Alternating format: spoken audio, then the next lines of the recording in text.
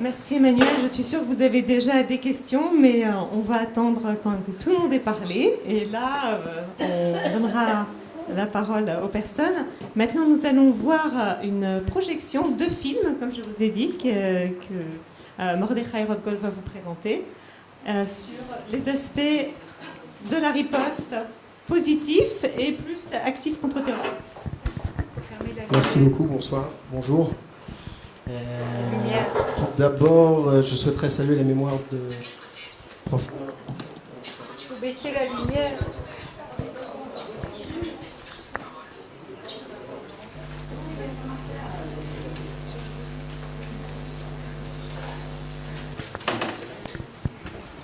Voilà, donc, je souhaite saluer la mémoire du professeur Beno Gross et du docteur Pierre Quin, que j'ai eu le plaisir de connaître, vu que ce colloque leur est dédié. Vous n'entendez pas?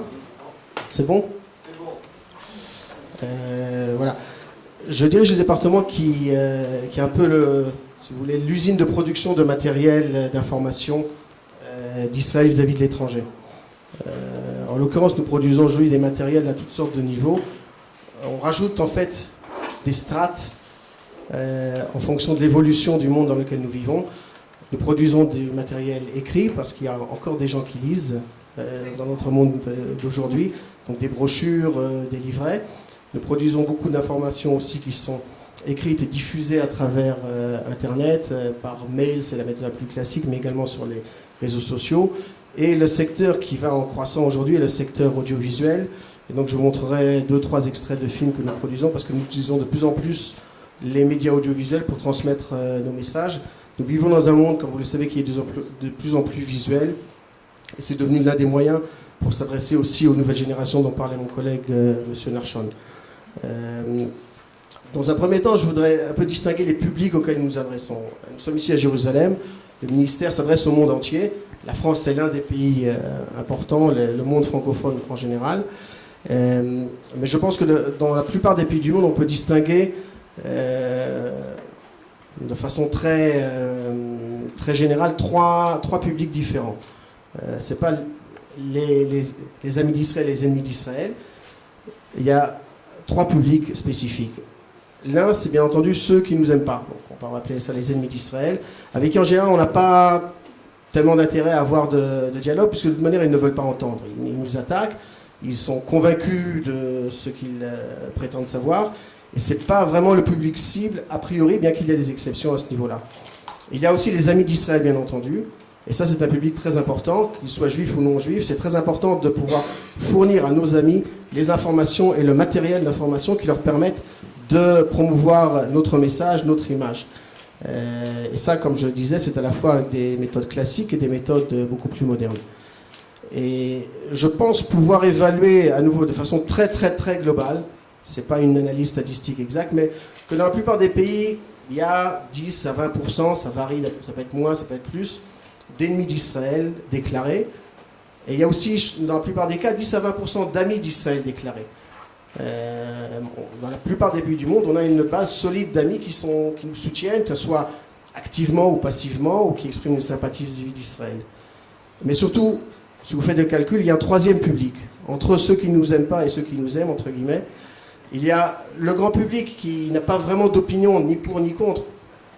La plupart des citoyens du monde, en fait, Israël n'est pas dans leur centre d'intérêt, ne fait pas partie des choses qui les intéressent le plus. Les gens ont leur travail, leur passion, leur lecture, et Israël ne figure pas nécessairement sur les points qui les intéressent. Et là est le défi, en quelque sorte, entre nous et nos adversaires, pour conquérir un peu l'opinion et les sympathies de ce public qui est au milieu, en quelque sorte, et qui malheureusement souvent a une image tout de même a priori pas très réaliste d'Israël, puisque la plupart du temps, les gens qui ne connaissent pas Israël, le peu qu'ils connaissent, c'est à travers les informations à la télévision, à 8h du soir.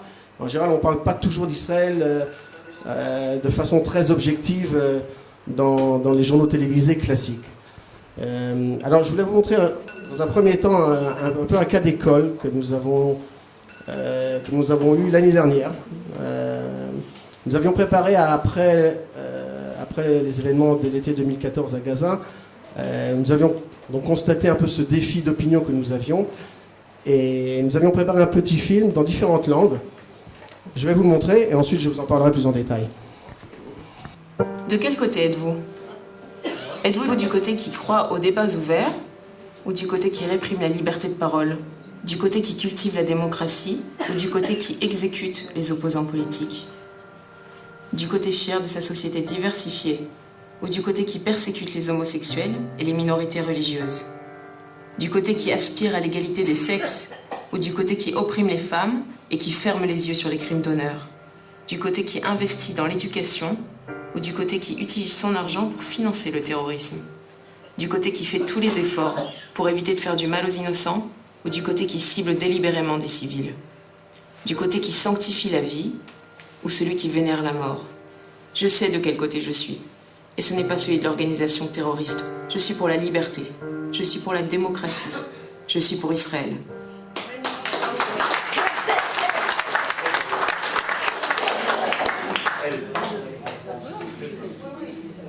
Mais quand vous pouvez le lire déjà sur l'écran, c'est un film qui fait appel aux valeurs. Et en fait, ce qui se passe, c'est que souvent, en France en particulier, mais dans d'autres pays aussi, les Palestiniens jouent la carte de la victime. Et cette carte marche très bien dans un monde dans lequel la victime, a priori, a raison. Même si la victime ment, même si la victime vole, même si la victime commet des meurtres, le statut de victime leur donne un avantage énorme, avec lequel nous ne pouvons pas être en compétition. Ce n'est pas un terrain sur lequel nous pouvons ou nous voulons être en compétition avec les Palestiniens. Et ce film-là parle de valeurs. Ce film-là, nous l'avons produit donc, à l'automne 2014. Après les attentats de janvier 2015 en France et au Danemark, nous avons diffusé ce film sur les réseaux sociaux et il a eu un succès énorme. En France, il a eu entre 2 et 3 millions de visions, donc vous pouvez imaginer, ça dépasse largement le cadre de la communauté juive. Il a suscité tout un débat, parce que tout d'un coup, à ce moment-là, il y avait en France et en Europe un débat sur les valeurs.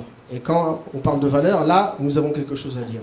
Et là, ça suscitait, c'était si vous voulez, le timing idéal pour mettre en avant ce que nous avons à dire. Et dans ce cas spécifique-là, ce film a eu beaucoup de succès, objectivement parlant, au niveau quantitatif. Et c'est un peu l'exception dont je vous parlais tout à l'heure. Il a provoqué aussi une réaction de la part de nos adversaires qui tout d'un coup ont été attaqués. Habituellement, ils nous attaquent, on se défend. Et là, c'est nous qui sommes passés à l'attaque. Les réactions ont été complètement désordonnées. On a vraiment vu qu'ils ne sont pas habitués à tout d'un coup à se mettre sur la défensive. Dieudonné a mis ce film sur son site, soi-disant pour le tourner en ridicule, mais en fait, c'est une règle de base pratiquement dans les médias sociaux. En fait, il nous a fait de la publicité.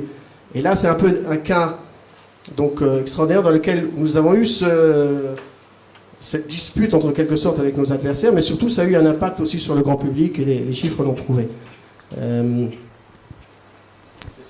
Je le repasse ou...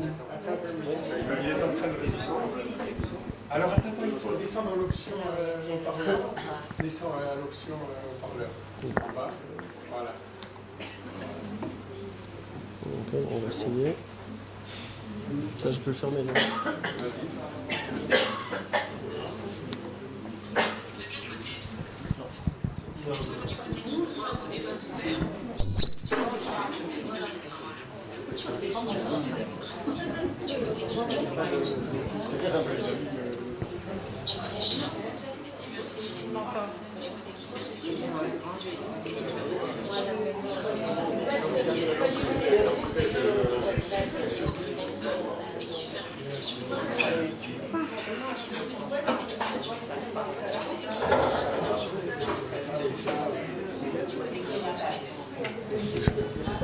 Je vais continuer. Oui, donc c'est pas nécessaire. Le titre, c'est « De quel côté êtes-vous » Et le mieux, c'est de le chercher. Vous pouvez le trouver à la fois sur Facebook et sur YouTube. Vous écrivez « De quel côté êtes-vous Israël » et vous trouverez ce film. Vous verrez aussi qu'il y a des films qui ont été faits en riposte. Donc ça montre à quel point ça a soulevé un débat. Ça ne nous dérange pas qu'il y ait eu des ripostes, surtout si un film d'une minute qui va droit au but a suscité des ripostes de films de 10 minutes, donc il aura fallu 10 minutes pour essayer de trouver des explications et à se justifier. Et si ce film-là a eu 2 millions de visions seulement sur Facebook, leur film de réaction a eu 20 000 visions. On a eu 100 fois plus que, donc ça montre à quel point on peut avoir un impact aujourd'hui sur les réseaux sociaux au niveau du grand public. Maintenant, quand on parle de grand public, il y a différentes catégories. Comme M. Feigenbaum l'a bien indiqué, vous l'avez montré aussi de façon verticale, parce qu'effectivement, il y a des gens qui ont plus d'influence que d'autres. Les politiciens, les journalistes, les faiseurs d'opinion en quelque sorte, sont plus importants pour nous parce que s'ils répercutent notre message, ça aura un impact beaucoup plus grand que certaines personnes aussi anonymes ont des réseaux très, très vastes. Mais disons qu'on cherche avant tout ceux qui ont de l'influence. Et donc on produit du matériel sur des sujets politiques avant tout, politique étrangère, les sujets chauds entre guillemets qui suscitent l'intérêt général et sur lesquels nous avons un défi à relever.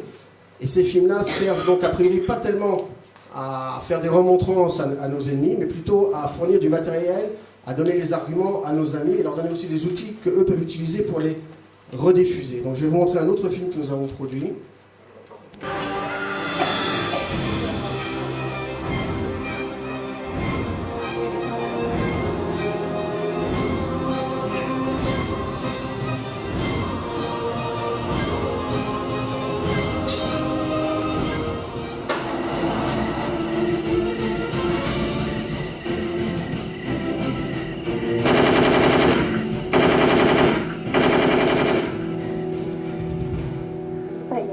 وانت يا زكريا شو حابب تصير مهندس؟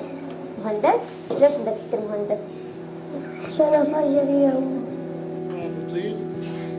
نحيي كل ذرة دم أريقت في سبيل القدس، فهي دماء نظيفة، دماء نقية، دماء في سبيل الله إن شاء الله، وكل شهيد سيكون في الجنة وكل جريح سيكتب له الله الثواب.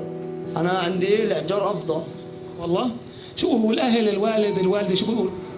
بشجعونا على هذا الشيء. بس بتعرف إنه رمي الأحجار تقتل. تقتل. إحنا بنضرب عدوينا مش على عربنا على المسلمين تبعونا. Donc là, nous avons fait en quelque sorte un recueil de toutes ces incitations à la haine dans les médias palestiniens, que ce soit sur leurs réseaux sociaux comme les petits films qui incitent au meurtre que vous avez vu au départ, ou les émissions de télé palestiniennes qui éduquent les enfants à la haine, ou cette interview de jeunes palestiniens qui est passée à la télévision israélienne, mais dans laquelle, sans aucune honte, il déclare qu'il jette des pierres pour tuer les juifs.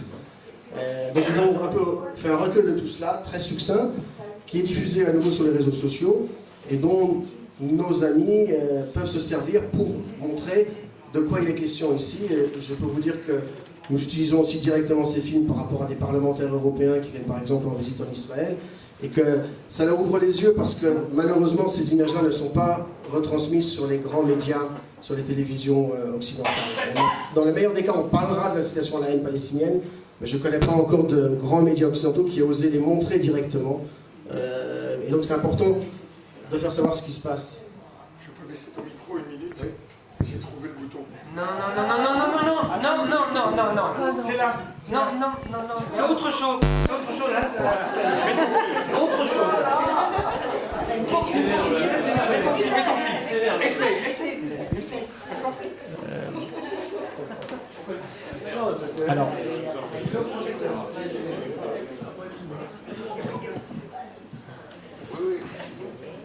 je vais continuer.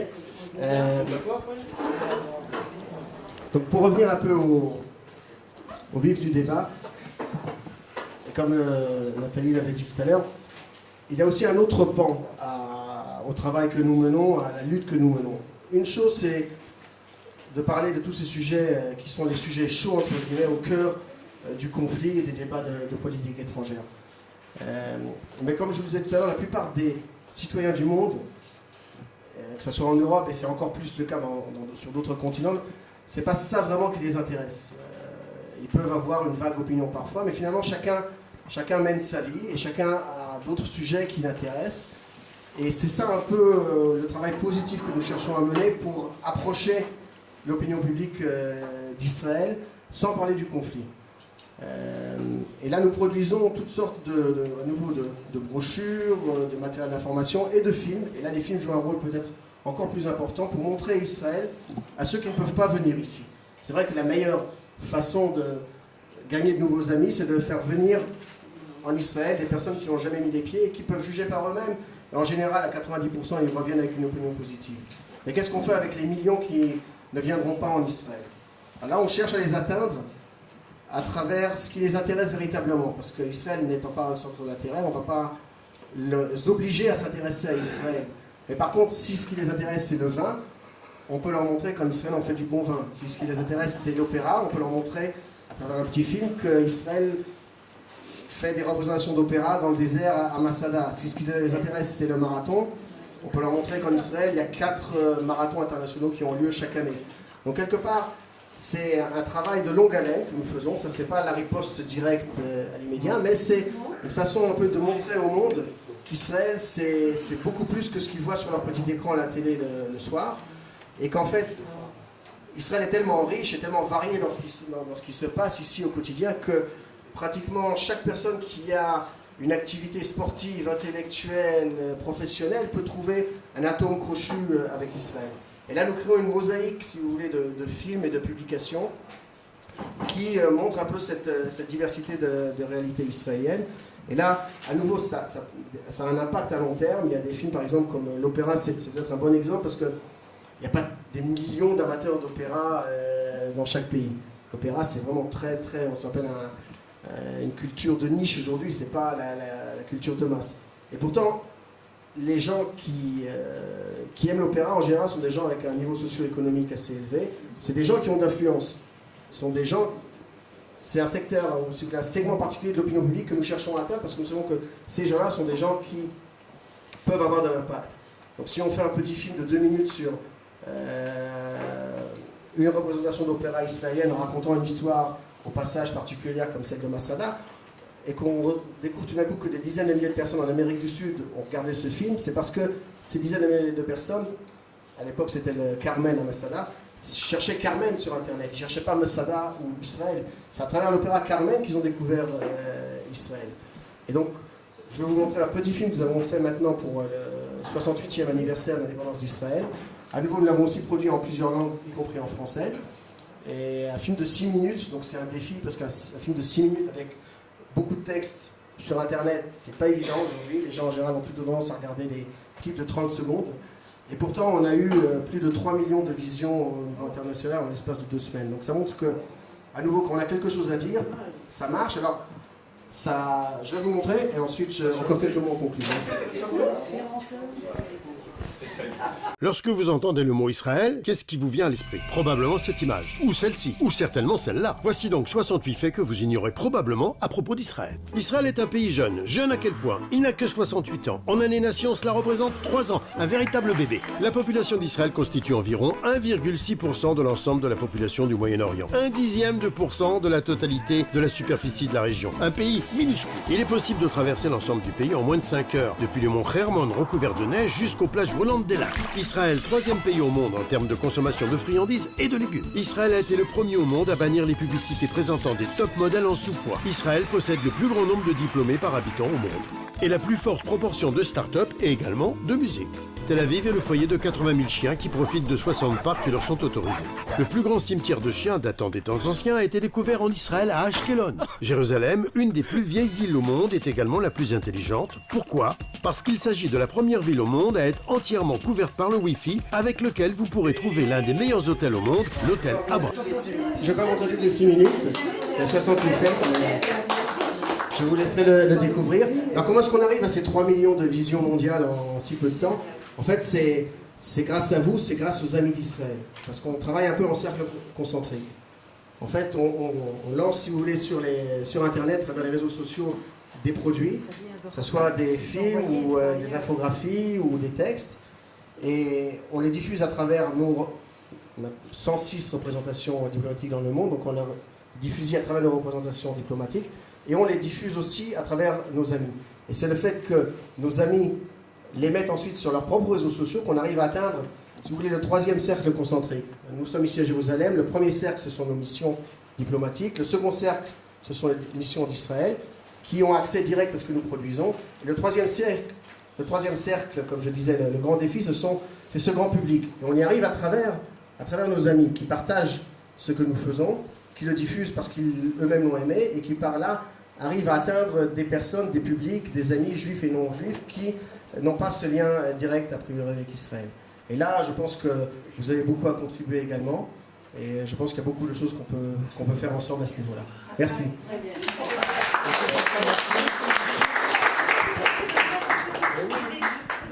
Puisque c'est celui des valeurs. Voilà, c'est ça. Le troisième film s'appelle comment 68 ans du 13. 68.